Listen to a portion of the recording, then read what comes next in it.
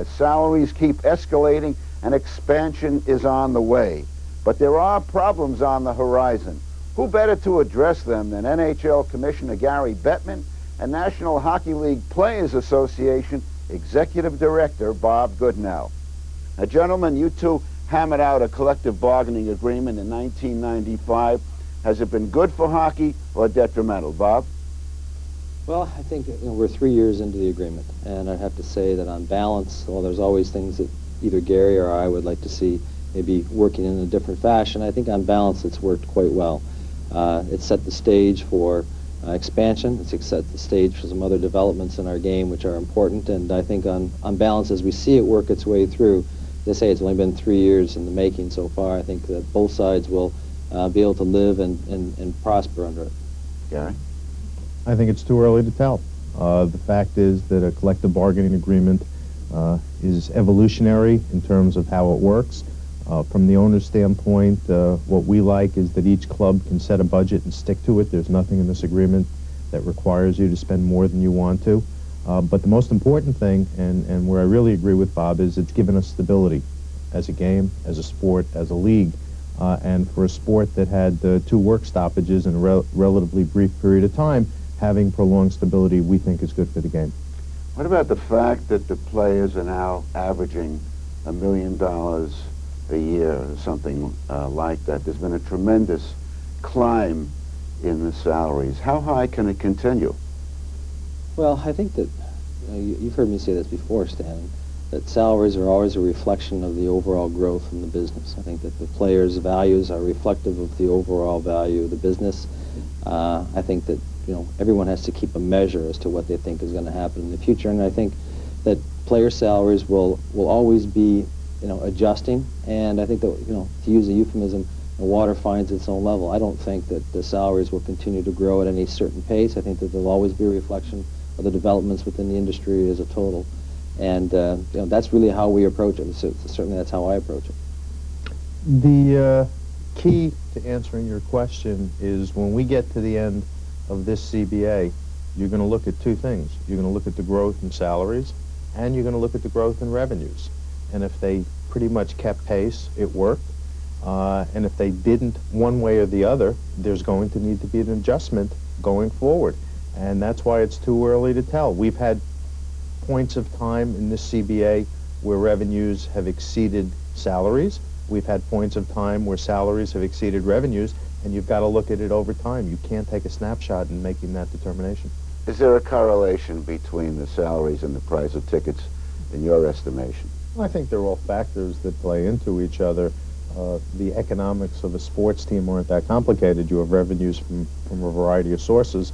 Our biggest revenue source on a per-team basis is ticket sales, and our biggest expense on a per-team basis is player salaries. That doesn't mean that every dollar of one translates into a dollar of another, but they're factors that are related. The little man cannot buy a hockey ticket now on a frequent basis, for example, in Boston. Are you not concerned about the little man? I'm always concerned about the little man. The little man, or the fan. I don't like to use the term little man. The fan, not the corporate season ticket holder, not our wealthiest fans, but our hardcore day-in, day-out fans are of vital concern to us. But you've got to look at a whole host of factors before you make that judgment. For how many years was it that the Bruins played in the old Boston Garden, which had a certain capacity? Well, they happened to move into a new building at around the same time that the team didn't make the playoffs for the first time. These things have a factor. The attendance that the Bruins have is still better than it was in the old Boston Garden, even though they're in the new Fleet Center. Performance, other forms of entertainment competition are all factors, and you can't simply say, well, there are some empty seats, that means there's a bad problem. There's an ebb and flow to all of this, as you know, and that's why I hesitate to say, well, okay, we have a terrible problem now, we've got to fix it immediately. You work on it over time. You don't want a knee-jerk reaction to anything. Clearly, hockey's power brokers have a lot of challenges in front of them. We'll have more with Gary Bettman and Bob Goodenow right after these messages. Stay tuned. Well, in a nutshell, no. I think that that fighting is a part of the game. It's been a part of the culture of the game. I think how it's dealt with, however, is a delicate issue.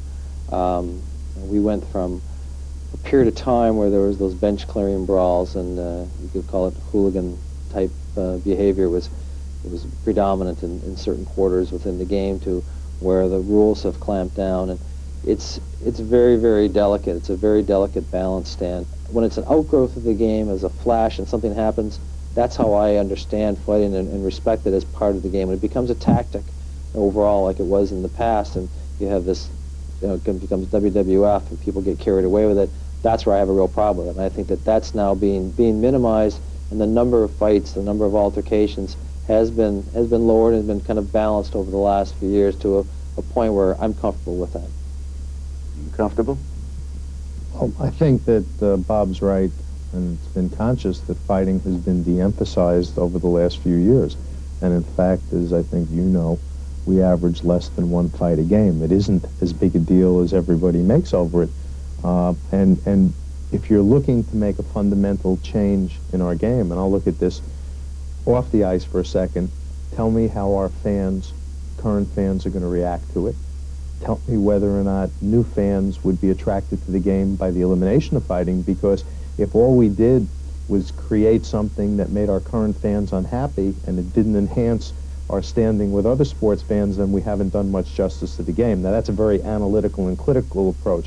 From the game itself, it has been a part of the game. There's no question about that. We've de-emphasized it over time. We'll probably continue to de-emphasize. Although, interestingly enough, I had a player, one of our league's most skilled players, say to me the other day that he thinks the instigator rule is terrible because he wants to be better protected. He doesn't want his teammates to fear the 2-minute penalty that would be added on if somebody takes a shot at him and one of his teammates now has to think about whether or not the team can afford the penalty.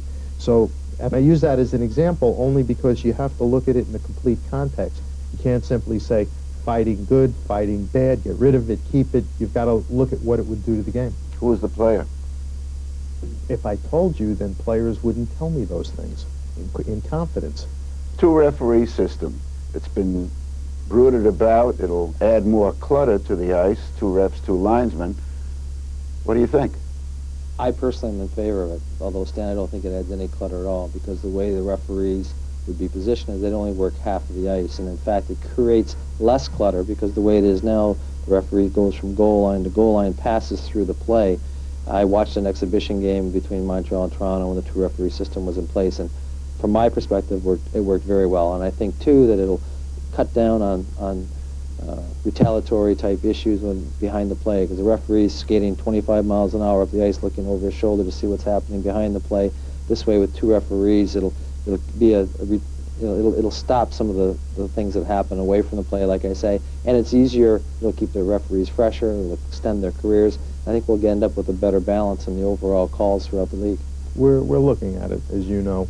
Our guys, our referees, have the most difficult officiating job in sports, and our guys are the best. They do an incredible job, and they don't get enough credit for the job that they do, because even with 16 angles and video replay like you can't believe, they're right 99.9% of the time, but unfortunately that 1/10 of 1% gets focused on, and that's unfair. Bob hit it on the head. By going to 2 referees, there'll probably be less clutter. We ask so much of our officials. This will enable them to focus more on specific things, and I think it would extend the careers of our older officials because they won't have to skate as much. Coming up next, the Devils versus the Panthers as New Jersey continues its quest for the President's Trophy and hopefully down the line, the Stanley